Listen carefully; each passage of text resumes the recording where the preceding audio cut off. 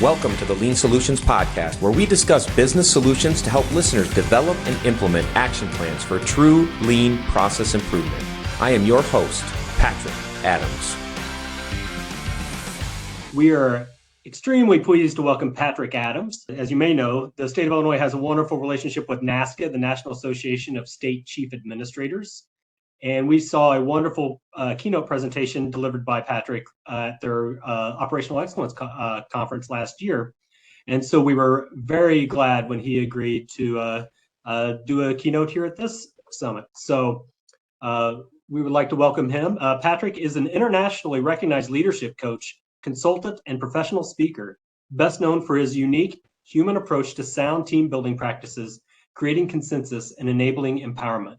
He founded his consulting practice in 2018 to work with leaders at all levels and organizations of all sizes to achieve higher levels of performance. He motivates, inspires, and drives the right results at all points in business processes. Patrick has been delivering bottom line results through specialized process improvement solutions for over 20 years.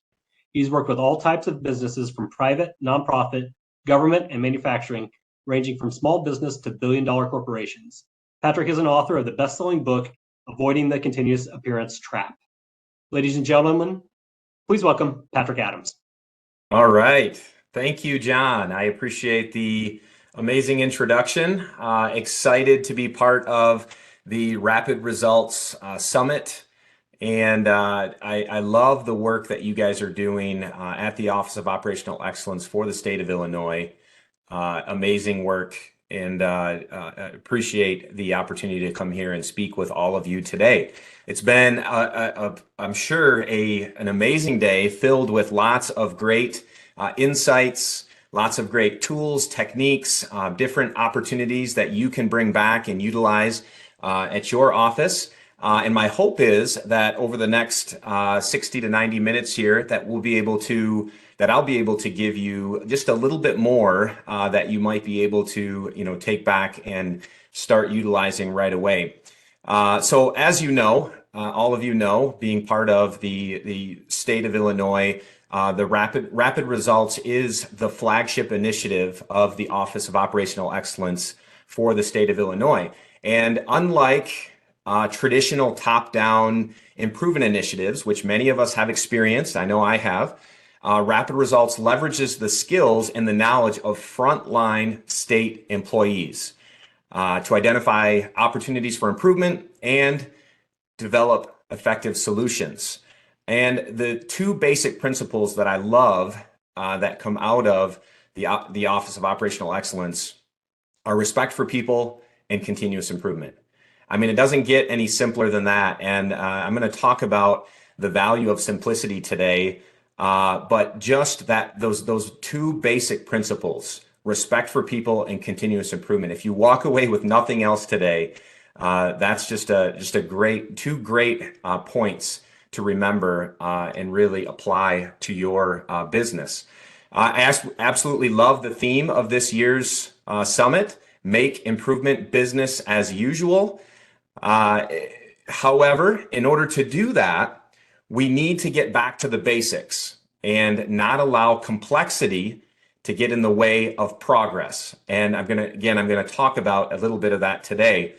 But now for the greatest challenge. As I help wrap up the day and all the amazing work that's been laid out already from the speakers prior to me, the greatest challenge today is how do you ensure that your time, the concepts, the tools, the techniques, everything that's been talked about today, how do you ensure that that doesn't go to waste, right? You've spent an entire day dedicating yourself to development. Ask yourself, what is the one or two things that you're going to take away and apply right away? You don't want this day to be wasted. And there's been so much value that's been laid out for you. Take one or two things, write them down, and make sure that you commit to applying those concepts, those tools, those techniques, whatever it may be, right away. So that's my challenge to all of you, is think about that. And whether it's something that you took away from today already prior to me or something that comes out of the next session, I would love to hear what are the things that you're going to be applying today. And you can use the chat for that.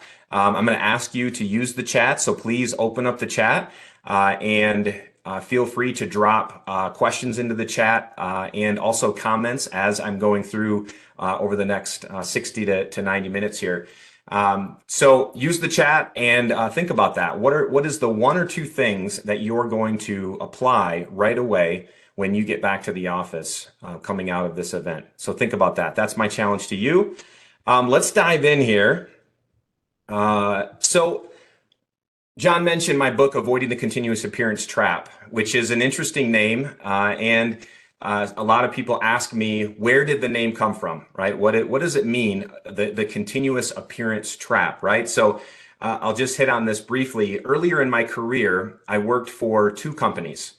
And if you were to walk into either of these companies, they would look very similar. Both had visual management, similar KPIs, safety, cost, quality, delivery. Both had very similar org structures. And if you were to walk through either of these companies, it would be really difficult to determine differences in their approach to business solutions. Both would say, we're on our lean journey, right? So the difference, though, was that one of these companies had a true culture of continuous improvement, while the other one had what I call a culture of continuous appearance. Right. So underneath all of the floor tape, the pretty scorecards, the lean posters, all of these things that you would see at the surface level that I would call artifacts, underneath all of that at one of these companies was a very toxic culture where people hated to work. The company had high turnover, no stability. It was a difficult place to be. The company appeared to have it all together at the surface, right? But underneath, there was no sustainment of any of the activities that was happening. A lot of what we call flavor of the month activities. Some of you know what I'm talking about because either you're experiencing it right now or you have experienced it at some time in your career. In the book, I use questions rather than chapters. And I've also had that question come to me is, why did you use questions versus chapter titles? So the answer to that is my hope is that I will generate some critical thinking from the readers to come up with their own roadmap. Because if I give you the roadmap, which people have asked for, like you've worked at a company where they had a true culture of continuous improvement, just give me the roadmap. Tell me the 10 steps to develop a true culture of continuous improvement. Well, that's difficult because if you were to take that same roadmap from that company, you would surely fail. They're in a different industry. It's a different time, a different culture, maybe a different place in the world.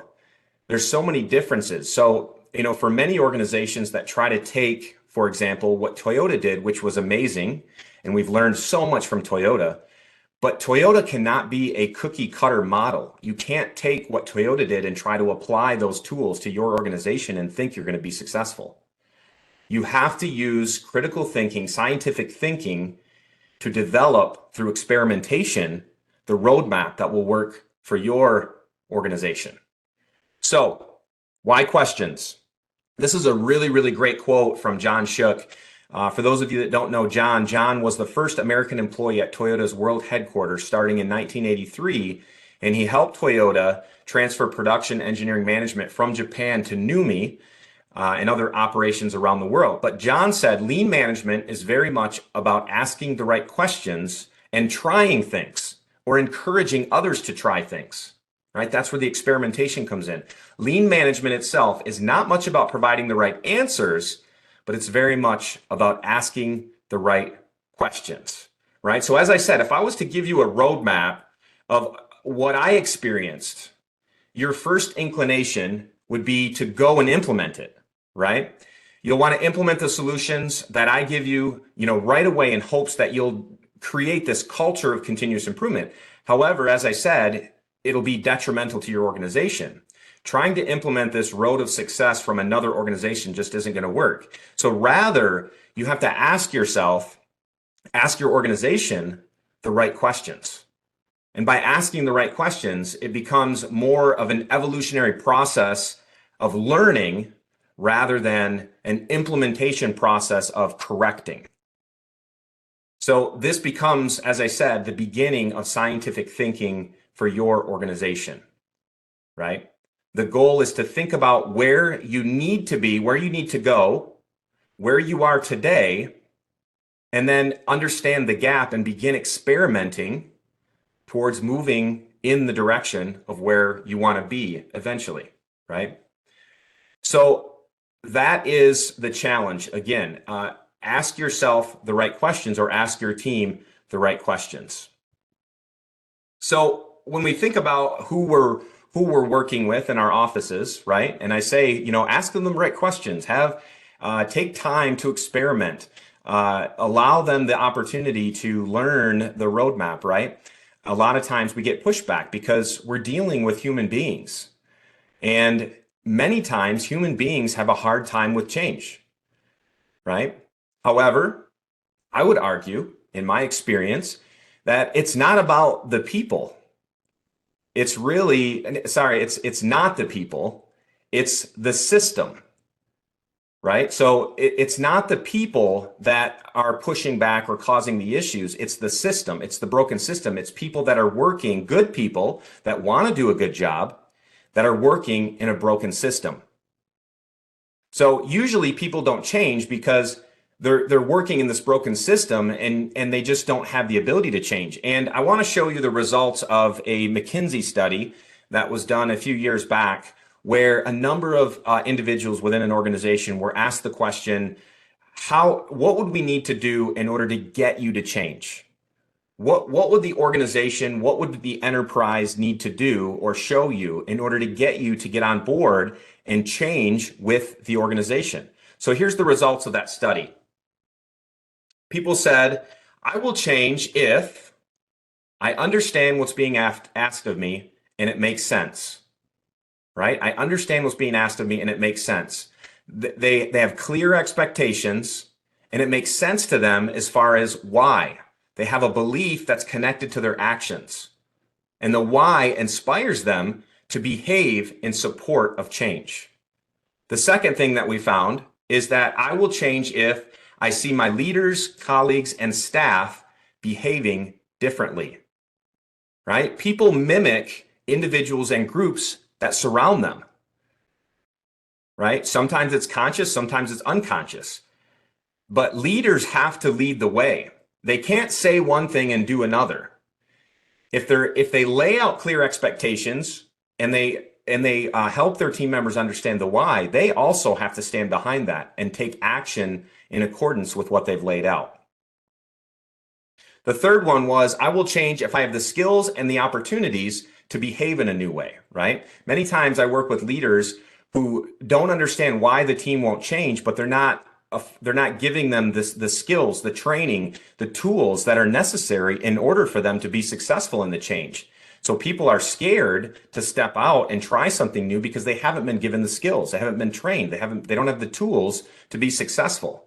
So as leaders, we have to make sure that we're giving our team members the skills that they need to be successful. With Lean, you can teach an old dog new tricks.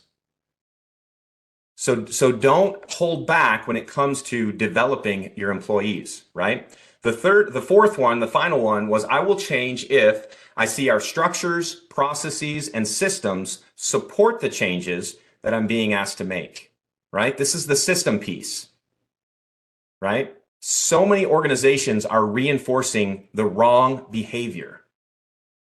I'll say that again. So many organizations are reinforcing the wrong behavior. People are coming to work, they want to do a good job, but they're forced to work in a broken system. And so then the behavior that's enforced is behavior that's matched with a broken system. We have to fix the systems and we have to reinforce the right behaviors, both in our leadership teams and in our staff. So I thought this was a really great study, and it really led me into understanding three very simple points that I would say when I think about those two organizations that I worked with, those two companies that at the surface level, they looked very similar, but underneath, one had a toxic culture and one had a true culture of continuous improvement. I tried to put myself into a place where I could say, what are the differences between the two? Can I identify three simple ways that are three simple points that make them very different from each other? And these are the three. The organization that the organization that had a true culture of continuous improvement, they set clear expectations, they enabled action, and they sustained results. Simple as that. Now, one of the things that I want to say is that at Company Continuous Appearance, which is what I call the company that had the surface level artifacts with a toxic culture, I did see pockets of some of these three areas. So sometimes I would see where they would set clear expectations. A leader would come in, they would set clear expectations. They would enable action. They would give their team members time to work on certain improvement activities and projects, but they didn't have any true sustainment plan in place to sustain those initiatives. And what I found is that change was never sustained in these organizations. This is where we saw the flavor of the month activities happening, or in these different business units within this organization. The other thing that would happen is I would see leaders where they would enable action and they would have a sustainment plan in place, some type of audit or reinforcement of the right behaviors, but they never set clear expectations up front. The team members didn't really know what they should be working on, and they kind of took this shotgun approach where they were like, just work on anything that you want to work on, right? And what happened here is there was a lack of organizational alignment, right? People were working on all different things, which may or may not have been moving them closer to their true north. The last thing that I saw was that sometimes they would set clear expectations and they would have sustainment in place, but they didn't enable any action. They said, we're too busy to do this stuff. We're too busy to work on that. We can't give you time for that. We don't have any money in the budget, right? All these things would come up. So they didn't enable any kind of action. And when this happened, they had mediocre results, right? Little pockets of results, but nothing, no great exponential improvements in their metrics. Now, the difference was in Company Continuous Improvement, which was the company that had the true culture of continuous improvement. They did all three of these very consistently and very intentionally at every site around the globe. They set clear expectations. They enabled action in their team members, their frontline workers, and they had great sustainment of the initiatives that were worked on at each of these sites. And the result of that was a true culture of continuous improvement. So it might sound very simplistic to say that, oh, these three things are what you focused on, but I will tell you that simplicity is the key, and we're going to talk about that here in just a minute. Simplicity is the key.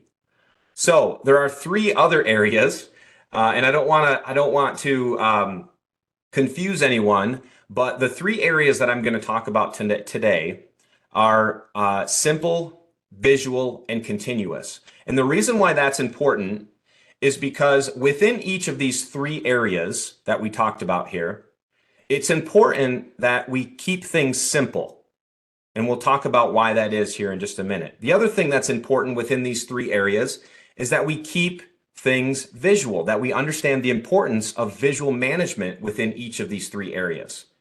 And then lastly, this isn't a one-time thing. This isn't a once a month, once a quarter.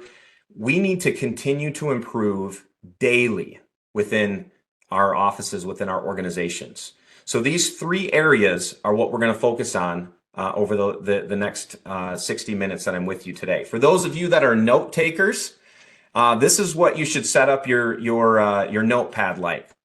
Within each of these three areas, simple, visual, continuous, I'm going to hit on 3 points within each of these three areas. So for those of you that are note takers, be ready. This is what it's going to look like. All right. So let me just tell you a little bit of a story. When I was a young production supervisor, I was a third shift supervisor at this time, and I was walking through, I was new to this plant, and I was walking through the plant, and I had this lady came up to me because she had heard that I was, empowering and motivating employees to try things, to experiment with things.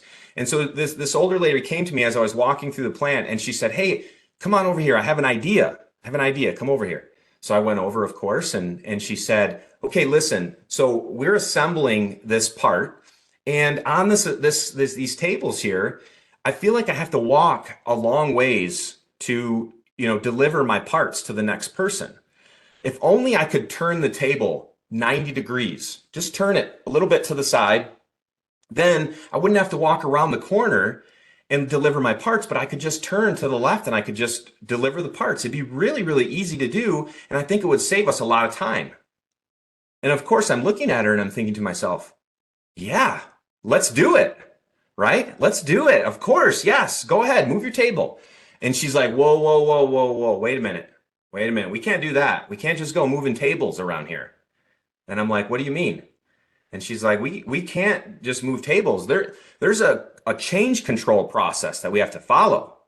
And we have to make sure that we follow the change control process in order to make changes like this, because that's important that we keep, following the process that we were trained on. And I said, okay, let's do it then. Show me the change control process. And she walked me over to the table where there were some standard work, some work instructions laid out. And she said, here's the change control process. And she showed me something that looked something like this. Can anyone relate to this? I mean, wow. I looked at this and I'm like, are you serious? Like we're looking to turn a table 90 degrees and this is your change control process? And you wonder why this organization struggled to achieve a true culture of continuous improvement, right? You can empower people all day long, but if the system doesn't allow them to be able to try things and experiment regularly within control, right? But not this type of control. I mean, this is a little bit overboard, right? Can anyone relate? So what I want to say in this particular scenario is simplicity is key. We're going to talk about what it means to keep it simple. One of the biggest reasons that people fail to maintain a robust, lean system is their desire for complexity, right? The desire seems to be human nature. I mean, we begin simple enough, and then we just add more complexity, and then more complexity, and then someone else comes in and adds some more complexity, until eventually we have this system that's far too hard to maintain, right? When we're working with human beings, we have to keep things as simple as possible, or they'll fall apart. So we're going to talk about 3 areas under Keep It Simple. Let's get into the first one, the first point under Keep It Simple. So the North Country Trail and the Manistee Trail Loop here in Michigan is approximately 20 miles long, and it's my favorite backpacking trail, and it's located right in northern Michigan here. But the first time, and I backpack this trail 2-3 times a year. But the first time that I took my daughter with me, I think she was maybe 12 or 13 at the time, I printed her a map of the trail, and I had brought it with me. Because again, I had hiked the trail many times, but I wanted to ensure that she kind of knew where we were going, was able to make some decisions about, because there's a couple different trails that kick off the main trail, and there's some really nice things to see. So I wanted to give her the opportunity. So this is the map that I brought along with us of the Manistee River Trail along the Manistee River. And I pulled this map out and I laid it in front of her, and I said, okay, Taylor, her name's Taylor, where do you want to go? And she looked at me and she's like, Dad, I don't care where we go. And so at the time, I know this is weird, but being a process improvement person, I couldn't help but think about the scene from Alice in Wonderland where Alice meets Cheshire the cat. I think I said that right. Cheshire. Anyways, anyone know what I'm talking about? So Alice asks the cat which way she ought to go. She's lost, and she asks the cat which way she ought to go. And he asks Alice, where do you want to get to? And she responds by saying, well, it doesn't really matter as long as, and then he interrupts her to say, well, then it doesn't really matter which way you go, right? So the point here is that you have to have direction, right? You have to know where you're going before you set out, so that you have direction. While standing next to the car with my daughter, we had our backpacks lying next to us, and I did explain to her the importance of charting and communicating your course prior to setting out.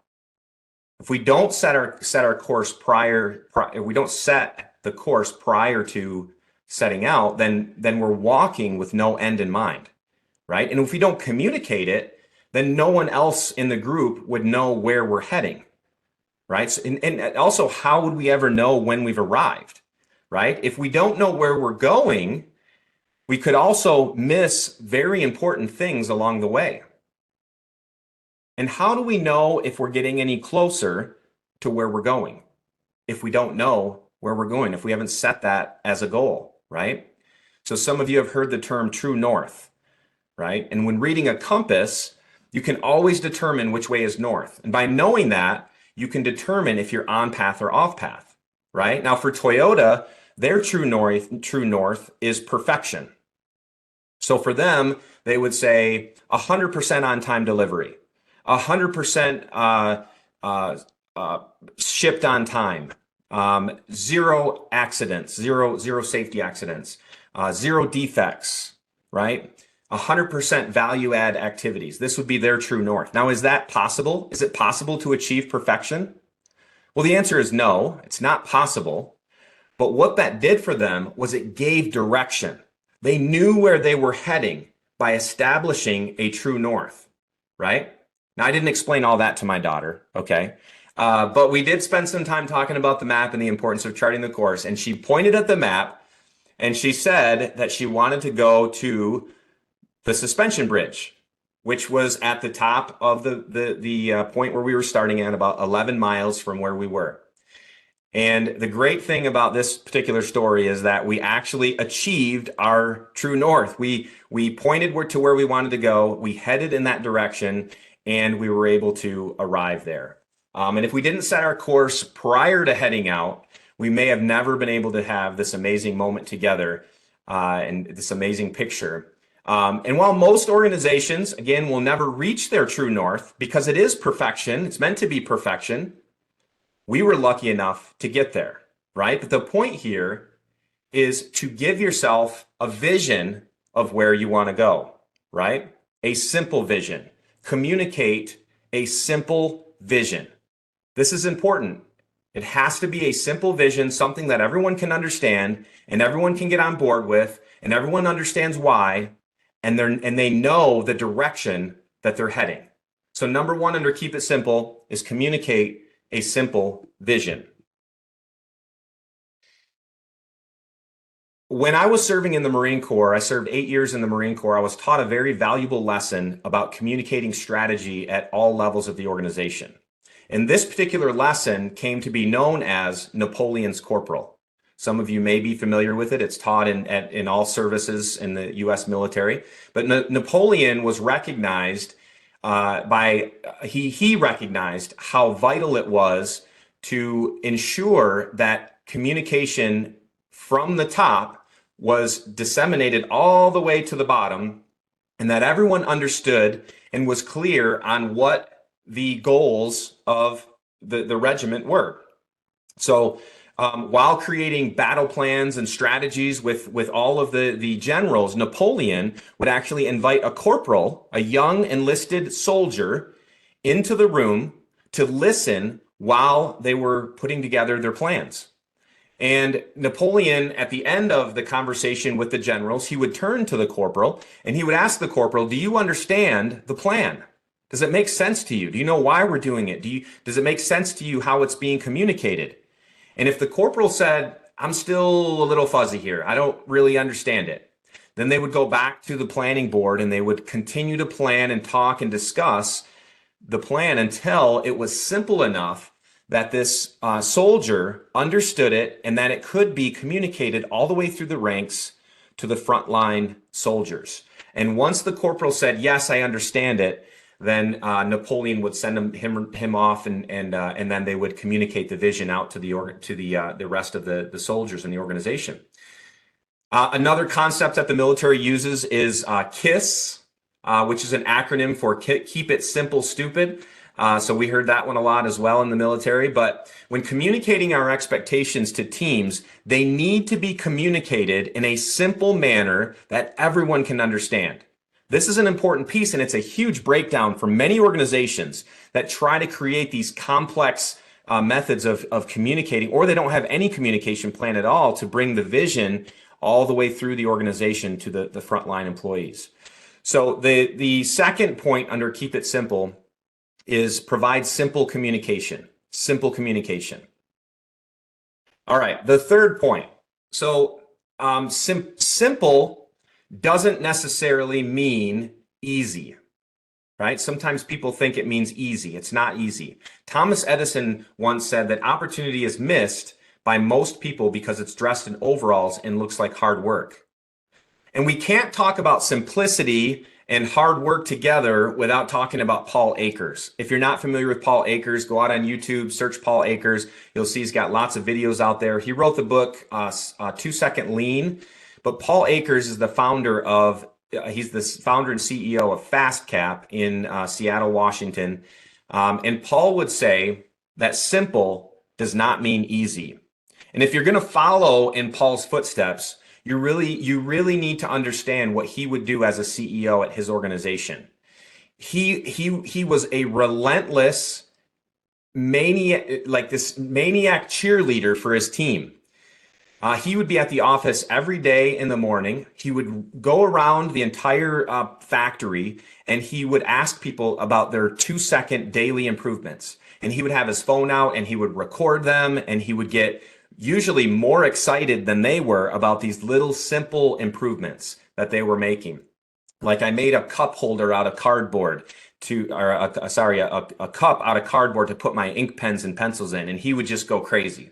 Like, this is amazing. Now you know where your pencils are. Sounds really simple, but what he was doing as the CEO of the organization was creating a culture where people were continuously improving, even the little things, right? But it was hard work.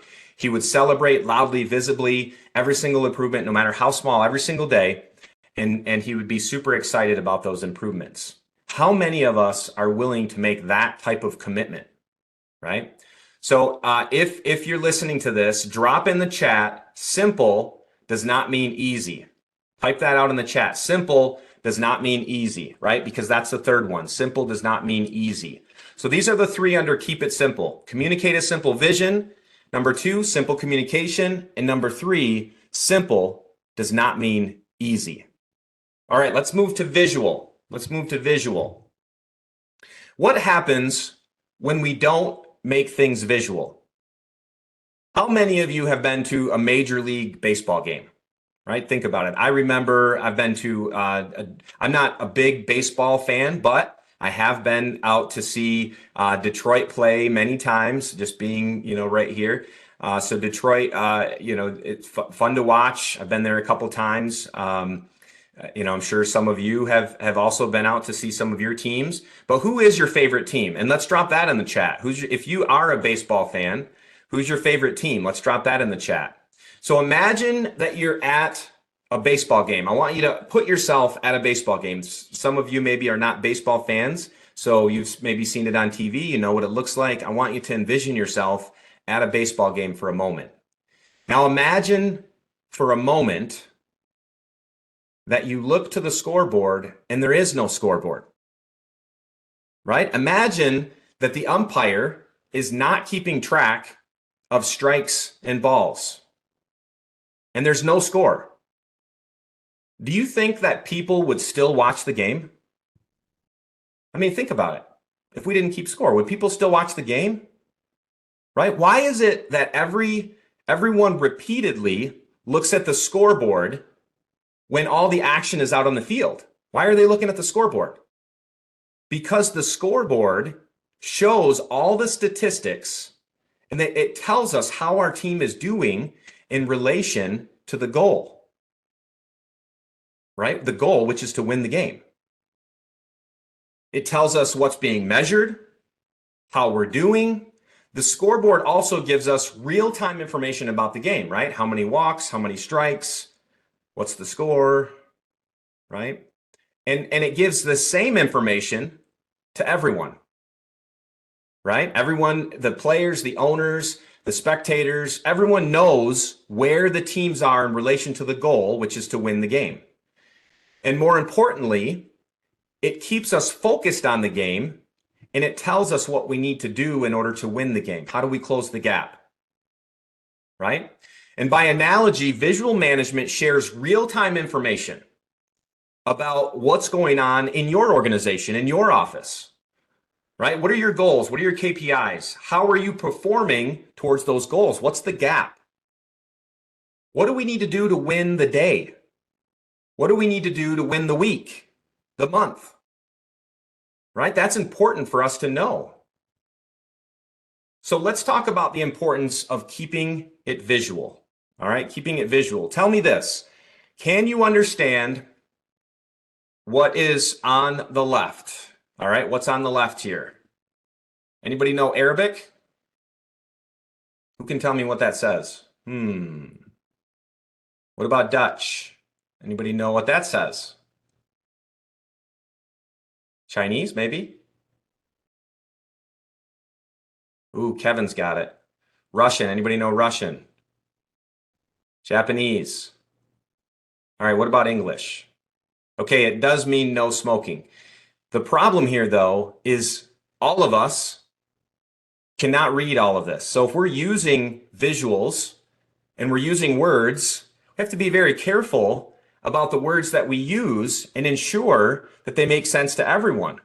What if instead of words, what if we used pictures? What about this picture? Would everyone, whether they're Arabic, Dutch, Chinese, Russian, Japanese, English, would everyone be able to understand this picture? Absolutely.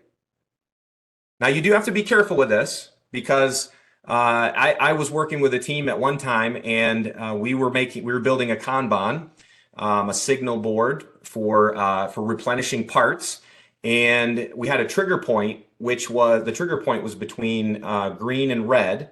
And we ended up running out of parts, and I went to the operator to ask him what had happened, and I found out that he was actually colorblind. So you have to know your people, and you have to understand that whatever visuals that you're using, they have to be understood and recognized by everyone, right? So the first point here is under keep it visual, is that we have to make sure that the visuals are understood by everyone. Someone put that in the chat. Everyone can understand them, right? Everyone can understand them. So that's the first point. Now, the second point under keep it visual is I want to talk about Taiichi Ohno here for just a minute. Taiichi Ohno, for some of you that know him, he's known as the father of the Toyota production system. And Taiichi Ohno said, having no problem is the biggest problem of all. Having no problem is the biggest problem of all. Wow. You know how many leaders that I work with that tell me that things are fine? Oh, we're fine. We don't need any help. Oh, we're good. We don't need to worry about that. We don't have any issues. No problems here. Everything's good. That's a pretty big problem, right? Because every organization, every team has problems. The point here is, how do we make those problems visible to the whole organization? Right? So many organizations live in a fear-based culture where team members are scared to talk about their problems, are scared to bring up their problems, are scared to put red on a chart somewhere, right? Who's familiar with the iceberg of ignorance? That's what you're looking at here. So organizations miss a golden opportunity when they fail to ask their frontline workers, their frontline staff members, about ideas that they have to solve specific problems, to help encourage them to make their problems visual and come up with ideas to solve those problems. Instead, they rely solely on management and these high-level experts, right? Let's call in the black belt and let's have the black belt solve this. Executives and supervisors, they may have, they don't have the up-close perspective that a frontline person has. Someone that's at the Gemba. Gemba is the place where value-add work is being done. Executives and supervisors don't have that up-close perspective, that inside knowledge like employees have who are experiencing the problems firsthand, right? Employees may know how to fix the problem. They may even know a cheaper way to fix the problem if they were asked, right? It's a win-win approach when we encourage and engage team members to be part of the process of identifying problems and solving them, right? Instead, many organizations expect their managers to tell and direct all employee decisions, right? They're making decisions, unfortunately, based on only 13% knowledge. Who has 100%? The people that are working at the Gemba. This is a serious problem, and it's something that needs to be addressed.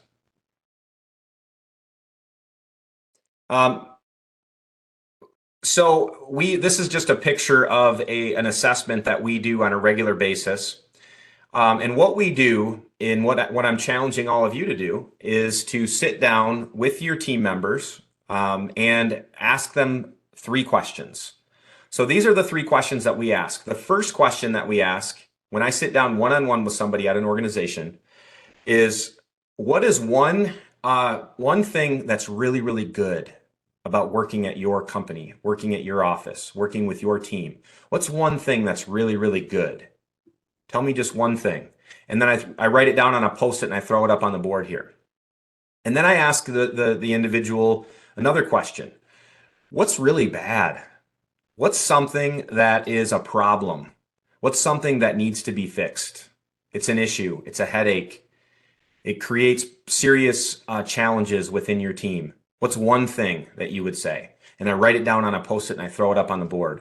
And then the last thing that I ask them is, do you have any ideas for improvement? Do you have any ideas to make things better? What about that one red Post-it that you said was bad? Do you have any ideas on how we can fix that?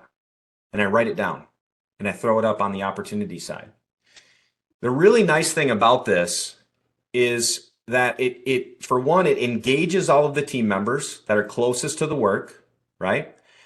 And then secondly, because I'm talking to the employees one-on-one, separate from each other, and I'm gathering these answers, what I then do is I take the answers on these Post-its and I cluster them together based on the answers that were the same. So now what I've done is I've taken these answers that were, maybe some of them were emotional answers, maybe some of them were complaining answers or whatever it might be. But I take all of these different answers and I make it, I make data out of it, right? Because we make decisions based on data, right? Not feelings, not emotions, but data. So I need data to drive my decisions. So once I start to see clusters where someone says, the same thing, even though they were in a separate interview, but they say the same thing, and I start having multiple people saying the same thing, I start to get this big cluster. And those are the things that I want to focus in on, because now I have data that's driving my decisions. Let me show you what I'm talking about. This was an organization that we worked with where we asked these questions. And this was what came out of the what do we do really good, right? So we had great people, relationships, teamwork, a huge cluster. We also had their safety program was really great. They had true ownership, decision-making authority, they had a voice in group decisions when it came to safety. And the great people, the relationships, the teamwork was within shifts. So we met with 3 different shifts, and each of the shifts talked about trust in their team, right? Not necessarily across shifts, but within their shift, right? So the challenge was how do we develop the same level of trust between shifts, not just in that one shift. So this is what came out of the question. What do you do really good with your team? Now we asked them, what do we not do really good? What's something that we do bad, right? And this is what came out of that. A big cluster around communication between shifts. Need better communication between shifts. We don't pass info on very good. Changes are never communicated well between shifts, right? Communication between setups, communication between the floor, just really, really bad communication. That was a huge cluster. The other one that was really interesting was this leadership cluster, leadership breakdown, miscommunication, distrust, slow decision making, favoritism. This is scary. Now, the key of this, because the leadership team, when they saw this, could respond in a couple different ways. They could get upset and throw this whole thing out the window and go back to business as usual, right? They could do that. Or they could realize that they have a serious problem in their leadership team. And they need to admit that it's a problem because it's been made visual. We can see it now. It's been made visual. And they could respond appropriately, which is what this leadership team decided to do. In fact, what they did is they gathered the entire team together. They put this up on the board and they stood in front of the entire team and they apologized. And they said, "We're sorry. We hear you.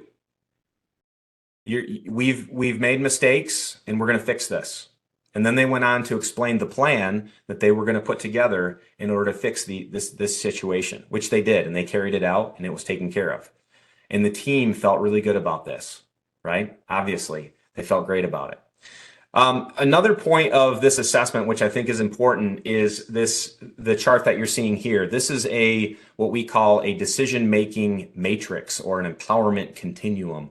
But basically what this does is it tells me how the readiness of that team in making decisions, driving decisions more to shared control, meaning we're going to share decision making between the frontline employees and leadership versus management being in complete control of everything and making all the decisions. So you can see in column number 1, management decides, then they inform the employees. They're telling, they're directing, right? They're fully responsible. In column number 2, management gets employee input before deciding. So they're going and they're asking the employees what they before they make decisions. And then number 3 is where employees decide and then they recommend to management and the decision is made together. And then number 4 is where employees have been given some kind of boundaries where they can just make decisions without having to talk to management. Meaning maybe they have a $1,000 budget that they can spend on improvement and not have to talk to management at all. They can just spend up to $1,000. Anything over that, maybe they have to get approval, but that would be an example of where someone would be in column number 4. So the question that we ask teams here is, where were we in the past on this chart, say 5 to 7 years ago? Where are we today on this chart? And then where do you want to be? Those are the 3 questions that we ask around this chart. Let me show you the data from one team. So we ask the question and we put these little dots up on the board. Now we do this, we don't let them see all the dots until the end, obviously. So each person is looking at a blank continuum here. And we ask them to just put a sticky somewhere on there. And you can see we've broken it up by shifts as well as by leadership, floor leadership and management. And then we ask them to put their dot up there, and you can see where the bulk of the data is, the data points, right? You can see where now we've taken what was in people's minds and we've made it visual, and we've created a data set here, right? So where were we 5 to 7 years ago? You can see they were in complete management directing, management control in decision making. But then I asked them, where are you today? And this is where they went to. So if I shift between the two, where were you 5 to 7 years ago? Where are you today? You can see that the data set has shifted, right? The data set has shifted. Now they're sitting more in column 2 where management gets employee input before deciding, and almost into 3 where employees are making decisions and actually recommending things. So this was really, really interesting. But then I asked that last question, where would you like to be? And look where we went to. You see how that shifted? Let's go back. Where 5 to 7 years ago, today, where do we want to be? You see the shift in the data set. Isn't that amazing to see that this team is progressing from having full management fully in control to employees being empowered and starting to be part of decisions? But where do they want to go? They want to be more involved. They want more empowerment in decisions. And the reason why I show you these is because remember what we're trying to do here. We're trying to make problems visible. Right now, if everything's in everyone's minds and in their heads, we want to get it out and we want to make it visual. And that's what we're doing here. Now look at this. This was really interesting. This is third shift. Now, where are we today? We asked third shift, where are we today? And you can see where third shift said they were, but pay attention to where the third shift supervisor thinks they are. The third shift supervisor thinks they're in column 3, employees decide and recommend, and the entire third shift team says, no way. No way. He makes all the decisions, right? Sometimes he comes and asks us, but he's making the decisions. So this was an eye-opening experience for the manager when he saw this, and he's like, man, that's there's not nothing I can say about that. I mean, it is what it is. Now, Bill was the sole problem solver, the sole decision maker for his department. So I worked with Bill, and there was a day when we were working together, and I talked to Bill about decision making, and he said, I feel like I'm firefighting all the time. He said, I feel like I come into work and all I do is I run around like a chicken with my head cut off, trying to fix things. It's like fires everywhere all the time. And he said, everybody relies on me to make all the decisions. And I feel like I'm getting burnt out. And so I said, Bill, you got to stop making decisions for everybody. You have to move from making all the decisions to engaging your team in decision making and allow them to make some decisions. He's like, oh, that's going to be so hard. I don't know. I mean, they don't know some of the things that I know. I've been doing this for 20 years. They don't know the stuff that I know. And I said, that's okay, Bill. They'll learn it. It'll take them some time, but they'll learn how to do it. They'll learn how to put some of these fires out themselves if you allow them to. But if you're doing all of if you're making all the decisions for them and they know that you're going to make the decisions for them, of course they're going to come to you. Right? So we went out on the production floor and immediately someone runs up to Bill and I and they said, Bill, the machine's down again. You got to come over and fix it. And of course, Bill's ready to beeline over to the machine. And I'm like, hold on, Bill. Whoa, whoa, whoa. Wait a minute. Let's ask a question here, right? So we asked this team member, what do you think we should do? Of course, Bill already knew what he should do, but we asked the team member, what do you think? What do you think we should do? Powerful question, by the way. What do you think? And the team member thought about it for a minute, and the team member said, well, I think if I clean off the rails, and that's what happened last time, then maybe it'll run smoother. And so I said, okay, why don't you go do that? Clean off the rails, try it out, see if it runs better. So he turns around, runs off to go do it. And Bill looks right at me and he says, that's not going to work. And I said, why not? And he said, well, I actually know something because, yesterday something happened and one of the rails I think is tweaked, bent a little bit. And I think it's going to need a little bit more than just that. So we should go fix it. No, Bill, because that person's going to figure that out. They're going to experiment. They're going to try some things. And eventually they're going to figure out that wiping off the rails didn't work. And then what are we going to ask them? What should we try next? And we're going to experiment with something else. We're going to let them critically think through this and solve the problem themselves. Now, this is going to take longer than it would have if you would have solved it for them. But what you're doing is you're developing these critical thinking skills in your team members and you're empowering them to start making decisions on their own, which is going to take some of the weight off of your shoulders. Now, there's obviously times as leaders that we can make decisions and help people, right? Obviously, we have to know that. But if we're intentional about developing the learning skills in our team members, that's going to reduce the firefighting. The only way we do that, though, in the beginning is by starting to make problems visible, right? So keep it visual, make your problems visible.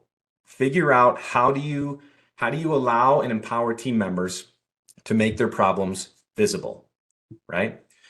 All right, the third one. I'm going to give you guys a little test here. This is the 10-second test. I want to see if you can find a calculator. All right, let's do it. Find the calculator. Can anybody find it? Where is the calculator? And how many of you are feeling like this is your office right now and you're looking for it, right? Okay, I see a bunch of you found it. This is the reality for a lot of us, right? But when we're looking for something that we need, it can take us a long time when we're working in an environment where it's not organized, right? It's not efficient. And you didn't think that you were going to come to a Lean Summit and not talk about 5S, right? Of course not. 5S is one of the fundamental tools that's necessary to establish an efficient workplace, right? I like to use the 10-second test as a simple way to see how efficient or not efficient that someone's workspace is. You could do it for anything, right? Find an ink pen, find a whatever, an expense report, whatever it might be. So close your eyes and imagine you're sitting at your personal space, or you're standing at your workstation, or you're in your garage, whatever it might be. Now find a calculator in your space. Find a 9/16 wrench in your garage. How long is it going to take you? Sure, it's only a few seconds, right? But these add up every single day when you're searching for things, every hour, every day, every week, every month. Those few seconds add up, right? Across your entire day, multiple people, then across the week, the year, these add up very quickly. So some companies don't pay much attention to 5S because they think it's too basic. But you can't improve when you're working in chaos. Stability has to come first. And 5S helps give us the stability that we need. It's foundational. Right? So it's foundational. You can improve chaos. Everything has a place and everything in its place, right? It helps us to see the abnormal versus the normal, right? We talk about making problems visual. If we have a place for everything and everything in its place, it's pretty easy to find it, right? So the last one under keep it visual is that organized is efficient. Someone put that in the chat. Organized is efficient, right? And it's something you have to do. You have to be diligent and intentional to set your workspace up in an efficient way. So understand that organized is efficient. All right. Now that we've covered these 3 points under keep it visual, let's move into the last of the 3 areas, which is continuous improvement. Continuous improvement. What small things are you doing to build the right culture? What small things are you doing to build the right culture? You want to build a learning culture, a culture where people can experiment, where people can try new things, where when people have a problem, they can come up with a solution and they can actually implement it. You want a culture where it's not a fear-based culture, but a culture where people can feel comfortable to bring up a problem and say they have an issue, right? So what are the small things that you're doing to build the right culture? Small improvements matter. It's the little things. I talked briefly about Paul Akers and 2-second lean.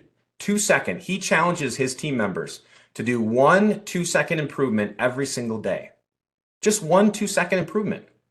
It could be moving a table. It could be building an ink pen holder. It could be just something small every single day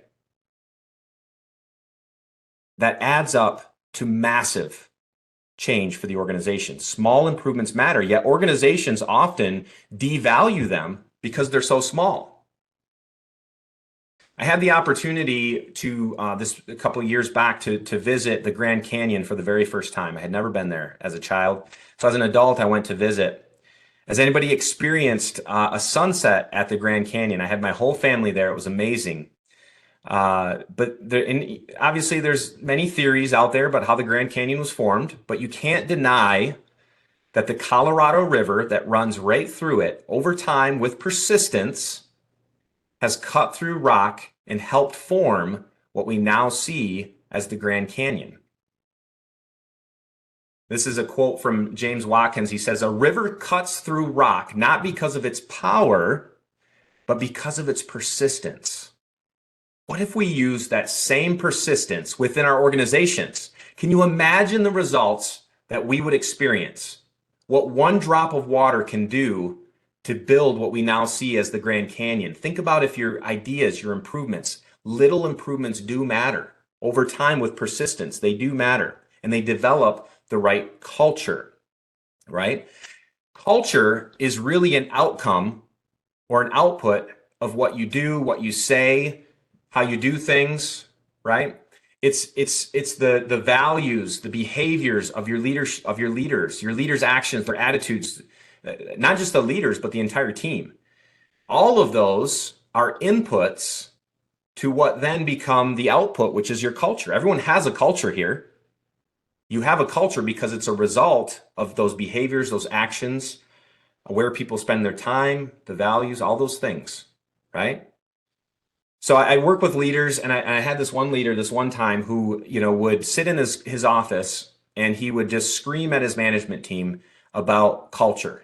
And he would say, "Why aren't we changing the culture? Why aren't we changing the culture? Why isn't the culture changing? I don't understand." And he would get so mad at them. And what I like to use this quote or this definition of insanity, right? All of us know this. The definition of insanity is doing the same thing over and over again, but expecting different results. This leader would sit in this office every day, every week, the same behaviors, the same values, the same actions, but he's expecting a different result. It's complete insanity,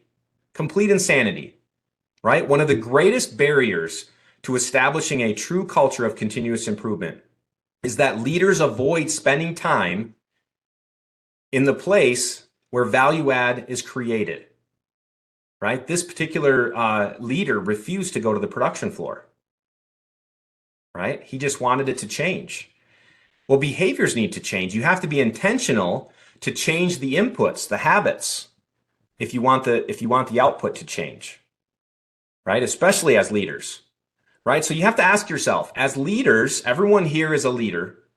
As leaders, where are you spending your time? If we were to take inventory of where you spend your time over the next month, every minute, every hour, what would we find?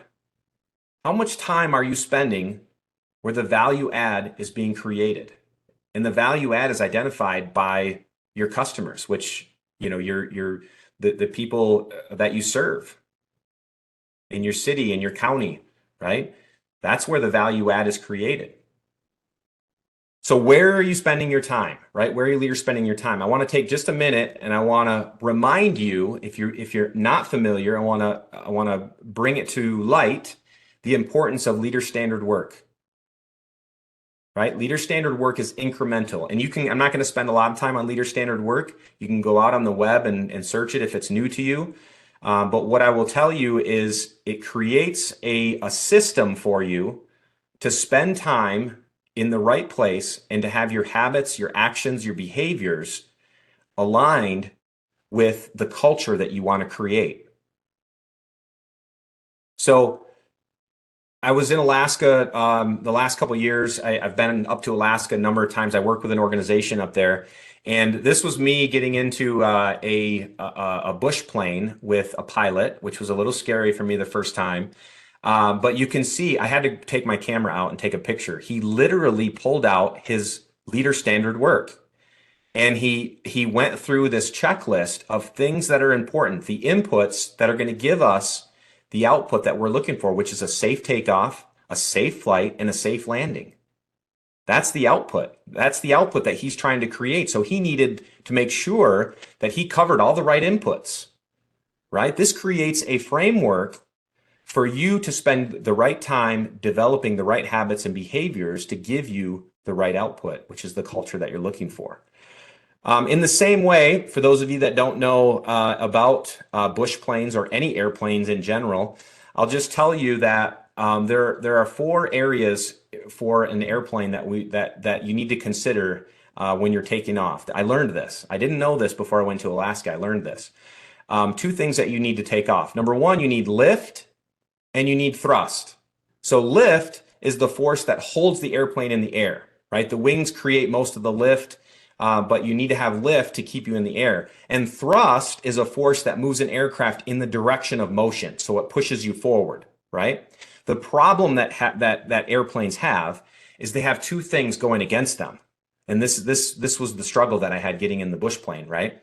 Drag and gravity or weight, right? Gravity or weight and drag. So drag is the force that is opposite of motion, so it's gonna go against thrust, and then weight or gravity is the force that's pulling you down and going against lift. So this is important because, again, as we're developing our leader standard work and understanding what's important to developing culture, how are we going to get our organization off the ground, right? Think about your office, think about your team, think about your organization. How are we going to get it off the ground, right? Because the problem is we have this drag that's going against us as an organization. Lack of top level commitment and support, lack of focus on customer needs, lack of employee engagement. All of this is dragging against us, right? We also have this weight that pulls down on the organization, a lack of clear expectations, overemphasis on cost cutting, a failure to sustain, a lack of enabled action, right? All of this is going against organizations that are trying to develop a true culture of continuous improvement. So the other thing that we have to understand is that if drag and weight are greater than lift and thrust, then we'll never get the airplane off the ground. We'll never get our organization off the ground. So we have to ensure that lift and thrust are greater than drag and weight. So what is lift? Well, lift is our standardized work. It's our leader standard work. It's our daily management systems. This is foundational, and it creates the stability that we need to lift the organization. And then what about thrust? How do we go forward? Structured problem solving, daily Kaizen, daily improvements, commitment to self-development for leaders and team members, a commitment to coaching and developing others, and creating vision and aligning goals with clear communication all the way through the organization. This is where thrust comes from. So this is how our organization goes forward. Now remember, lift and thrust have to be greater than weight and drag. You're always going to have weight and drag when you're taking off. Always going to. It's never going to go away. You're going to have these things that happen that are pulling you down. But lift and thrust have to be greater than drag and weight. So these are the areas that you need to focus on. And this is really what your standard work should be built around.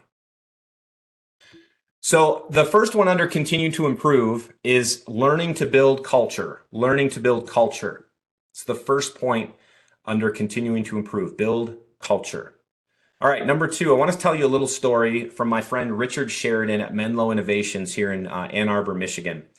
Richard told me a story about a banking organization that he worked with. And he went to the leader of this organization, and he worked with her. She's an executive level, VP at this large banking organization. And he said, the one thing that you're missing at this organization is empowering your people to experiment. Experimentation, allowing them to try new things, small things. And he said, I challenged her to empower everyone in the organization to start experimenting, trying new things in how they do their work. Empower them. Tell them they have the freedom to experiment. And so he left for a few months, and then he came back to this large banking organization. And he said he was walking through the front doors and going up the elevator with this executive VP, and the elevator doors opened, and he turned the corner into what was this big cube farm, lots of office desks, just wide open cube farm. And he said, when I turned the corner, I saw these red balloons on every single desk as far as the eye could see, just red balloons everywhere. And of course, he asked the VP, like, what's up with all the red balloons? Because they weren't there last time. And he said, she said, what I did was I challenged the team members to use a red balloon every time they were going to run an experiment. I wanted to visually see everyone that was running an experiment.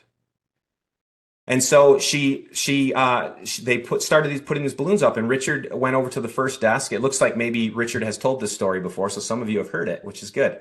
But he went over to the first desk and he talked to the lady, and she was super excited about her red balloon. And he asked her to tell him about her red balloon. And she said, I used to do step 1, 2, 3, 4, and now I'm going to do step 1, 4, 3, or 2, 3 in that order. That simple.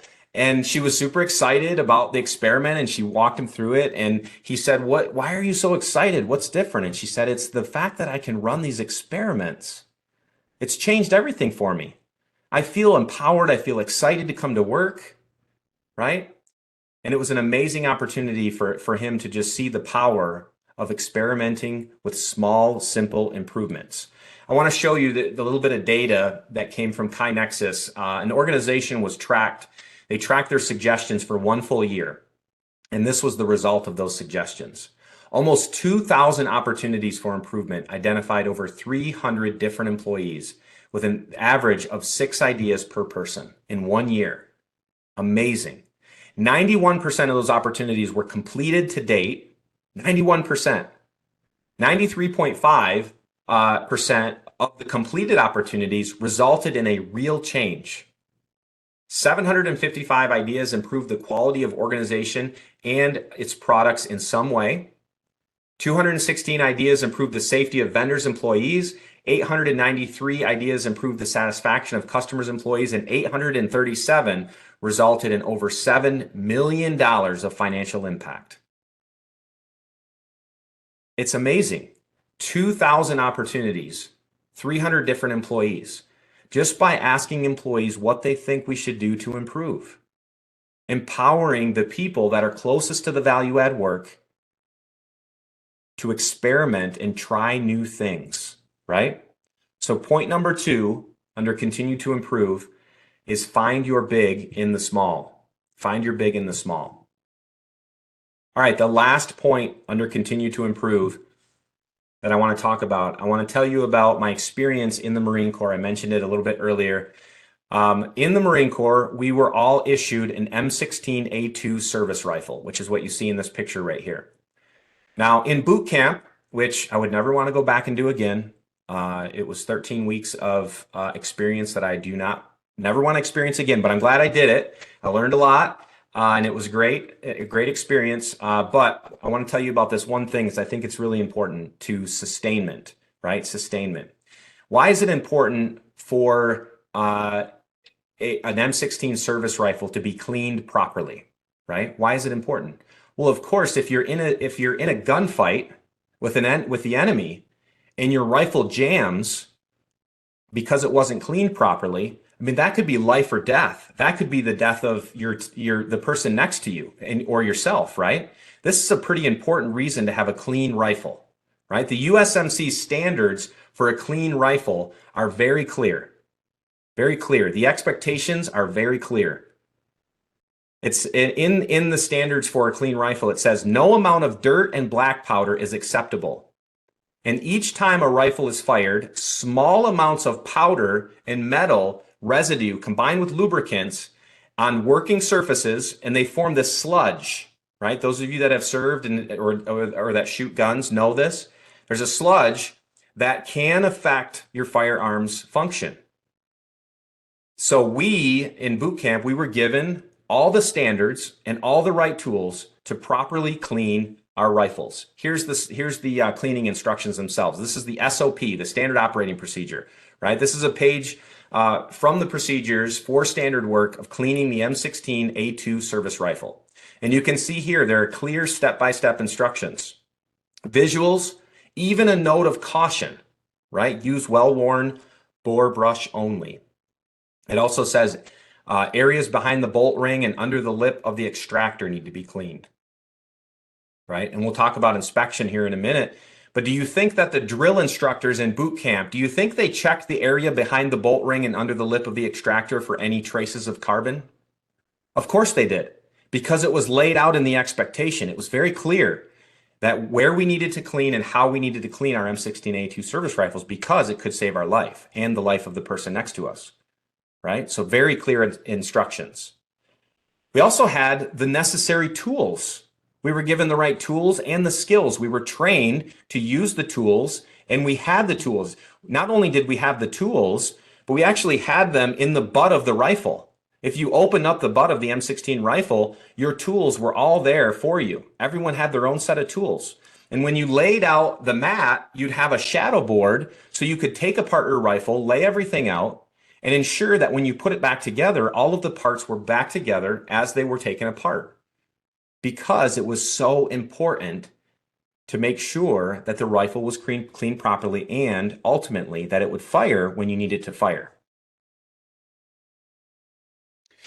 Our drill instructors trained us, they scheduled time for us to clean the rifles, and based on the USMC standards for rifle cleaning, we were taught with clear visuals on how to disassemble, how to clean and reassemble the rifle properly. They set very clear expectations for us. We were also given the reason, right? The why behind it, right? They communicated the vision about the clean rifle. They communicated the why behind it, the reason behind it, and they provided us the right tools in the training in order to have the job done properly. But that's not all. Because once you set the expectation, the next thing you have to do is you have to inspect what you expect. Inspect what you expect. During boot camp, the drill instructors would inspect our rifles daily. Sometimes we knew exactly that when we would have an inspection, and other times they would just spring it on us, right? But do you think that I kept my rifle clean? Of course I did, because I never knew when the drill instructors were going to look at it. And I understood the why. I wanted to survive, right? I understood the why, and I knew that it was going to be looked at. I was trained, I had the tools, the expectations were very clear. But in inspecting the expectation, we had to make sure that the process was understood, that there was a clear understanding of the current state, right? And that there was feedback that was provided, right? These inspections are not meant to be done from your desk unless that is the Gemba. Some of you are working in a computer, right? And that is your Gemba. But we need to go and do the inspection at the place where the work is being done. And then we have to provide feedback, right? There has to be a reinforcement of the expectations, right? This is what I saw. This is why, and responding to the reason. The reinforcement is key, but one thing I'll say about inspection is it's not meant to be punitive, right? It's meant to be an opportunity for coaching and reinforcement of understanding what you're supposed to do, understanding the why, and making sure that you were trained properly. So the last thing is sustaining the improvements, ensuring that we have good sustainment of our improvements. All right, back to the note page here. If you missed any of these, I want to give you a chance just to see the summary here as I wrap up and kind of open up for questions. Keep it simple, right? Communicate a simple vision. Simple communication, and simple does not mean easy. Number 2, keep it visual. Everyone can understand, right? Visuals that everyone can understand, making problems visible, organized as efficient. And then finally, continue to improve. Learn to build culture. Find your big and the small, and don't forget to have a good sustainment plan for your improvements. So with that, I will close up and open up for questions. All right, if anyone has any questions, be sure to put them in the chat box. And we can address them. I have a question myself. Perfect. To the concept of the continuous appearance trap. What do you recommend if an organization or an office is trying those continuous appearance tools but don't have that underlying culture? How do they reverse course and course correct? Yeah, good question. Anytime that an organization is dedicated to just applying the tools and thinking that the tools are going to change everything, it's not going to work. The culture has to change first. So, my recommendation is to go back to the basics and first ensure that there's a standard operating procedure for the activities that you're doing, that people have the tools, that they're trained properly, and ensure that the leadership team has the right behaviors in place, the right actions. I think leader standard work is such a key aspect of establishing the right culture. Leaders' behaviors have to be aligned with the direction that you're heading as an organization. If you don't have that in place, you definitely have to go back and ensure that your leaders are aligned with the direction. They all have to be supporting the direction that you're heading, and they have to be walking together in step, right? You think about those of you that know rowing, right? The rowing sport. You have to have the entire leadership team rowing in the same direction. Otherwise, you'll end up on, going sideways on shore. You'll never hit the finish line. So I think it's key that you have the leadership team aligned. Now, do you have some good tools in place that are doing some good things? Don't just rip them out. I've had that happen too, where leaders have come out and just tore things out, and it's very detrimental to the people and the hard work that they've put in. So don't just tear it out. I think ensuring that you're maintaining, but you can't improve chaos. So you have to go back and stabilize before you can improve. But, stabilize, create some standards, and then start to improve from there. Great. I've got a couple questions in the chat box. One is about the suggestion boxes you were talking about. Are those an effective tool? And, do they need to be used only in situations where there's an uncomfortableness of verbalizing things, or is it good to use all across the board to have those anonymous suggestions? Yeah, I actually would. I would push against anonymous suggestions. I don't think that's. I would say make it visual. My favorite way because here's what happens: if you just start taking suggestions and you don't have the capacity to actually implement the suggestions, and you don't know who they came from, so you can't get their help to implement them. You're going to get this big list of hundreds of ideas that you can't keep up with. And the one person that had a really good idea that never heard back on their idea is never going to give you another idea again. Right? So there has to be a quick feedback loop that people get when they submit an idea. So my favorite way to perform a suggestion system, if you're going to go that route, is to establish a visual board that only allows enough suggestions for what you have capacity to handle at any given time. And people put them up there and they fill the spots, and now no one else can add another one until these ones are handled or taken care of. And some of those ideas won't be implemented. We don't have it in the budget. It wasn't an idea that's aligned with our goals or our direction. So the person just needs feedback on that to understand why we're not going to implement that idea. Or those ideas move forward and start being implemented. That's one way. The other way is to give the team some form of boundaries and allow them to just and enable the action. So allow them time to work on suggestions, but let them experiment and try things themselves and actually implement ideas without any kind of system. But again, that might come down the road after you've, worked through some other areas.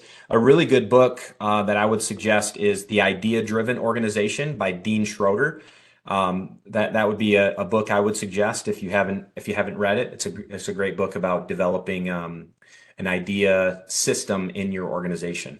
He actually spoke here last year. Perfect. All right, and we have another question. Here in state government, we have leadership changes constantly, at least every 4 years, if not with elections and things.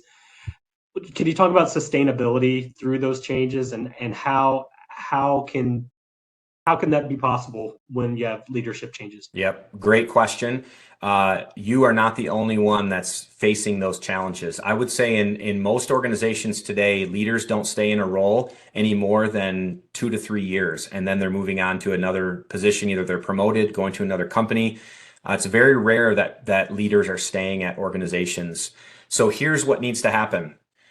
Your continuous improvement system, your management system, the way that you lead within your office, within your team, within your organization, has to be based on a system, not on a person. So that when leadership comes and goes, you have a system that you follow.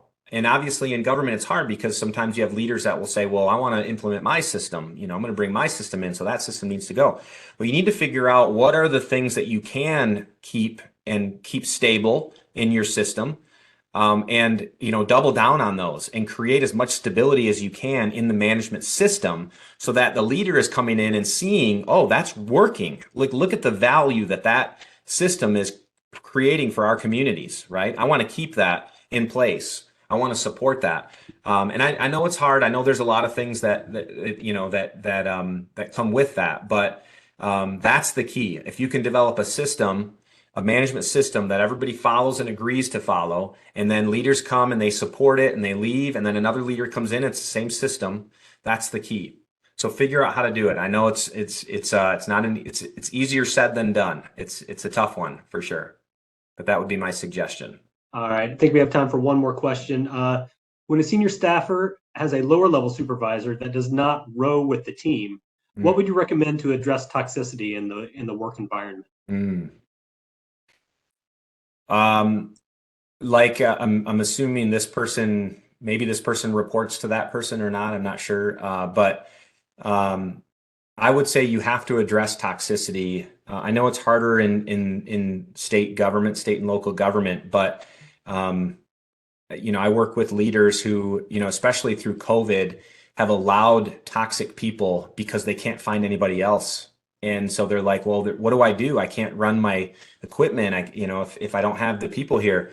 Here's the reality. What happened is at this particular company that I'm thinking of, the older, more senior people who had been around for a while started to leave because they're like, I'm not going to put up with this.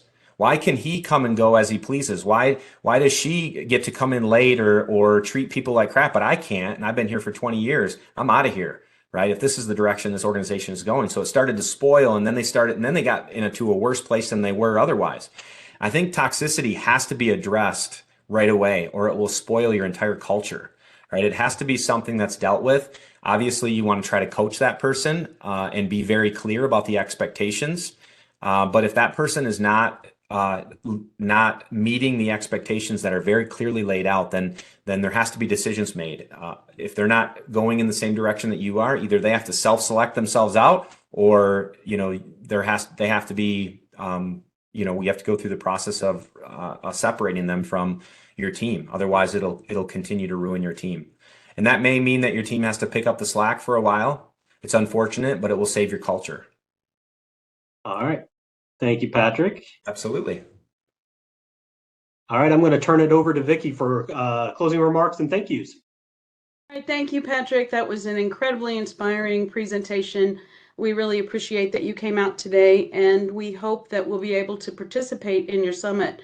It looks like an amazing event.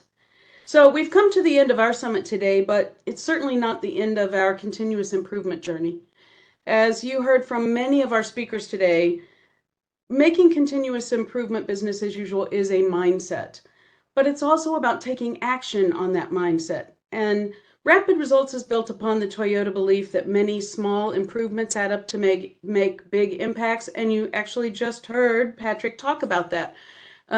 So identify those little things that annoy us each day, those things that we've just kind of gotten used to, but we're living with. Focus on them and make those small changes. Move that table, change those little things that can make a really big difference in everybody's day. Look for ways to improve those bad processes that actually keep all the really good employees working for the state from being as successful and from enjoying their work as much as they could possibly enjoy it. Earlier today, Ken said that at Toyota it was drilled into a head that there is no best, only better. And you also just heard Patrick talk about the pursuit of perfections.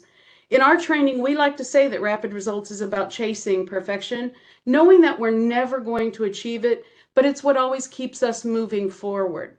So we hope that today our speakers have planted seeds of thought that are going to keep you moving forward. As Patrick said, it will be a waste if you don't identify what you're going to do as a result of what you heard today. And so we're going to challenge you today to write them down now.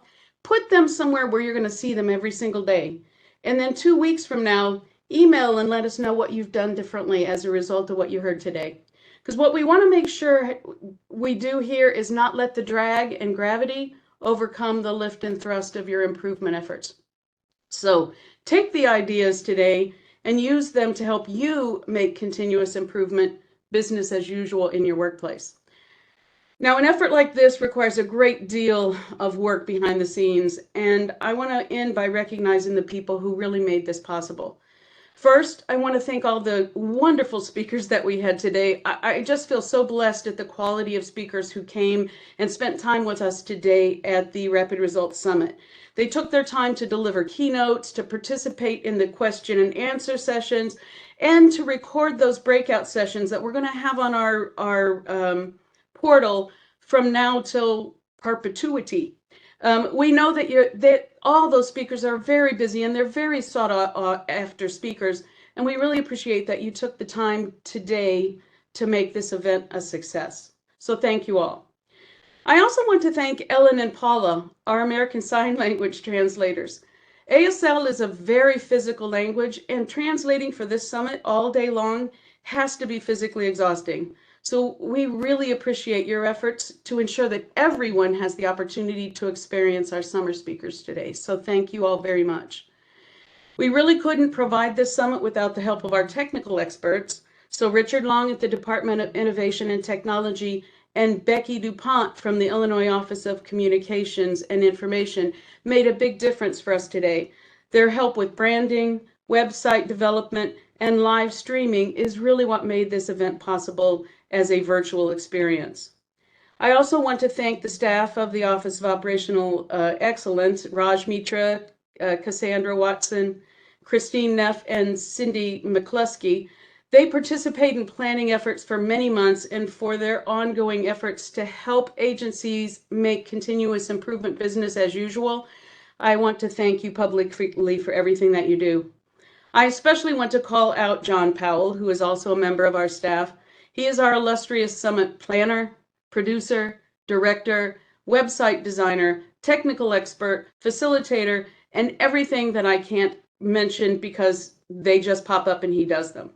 This has been the better part of John's life for the last few months, and I just want him to know how much we appreciate all your efforts to make this one of the most impressive summits that we've ever had. Thank you, John, for all of your efforts.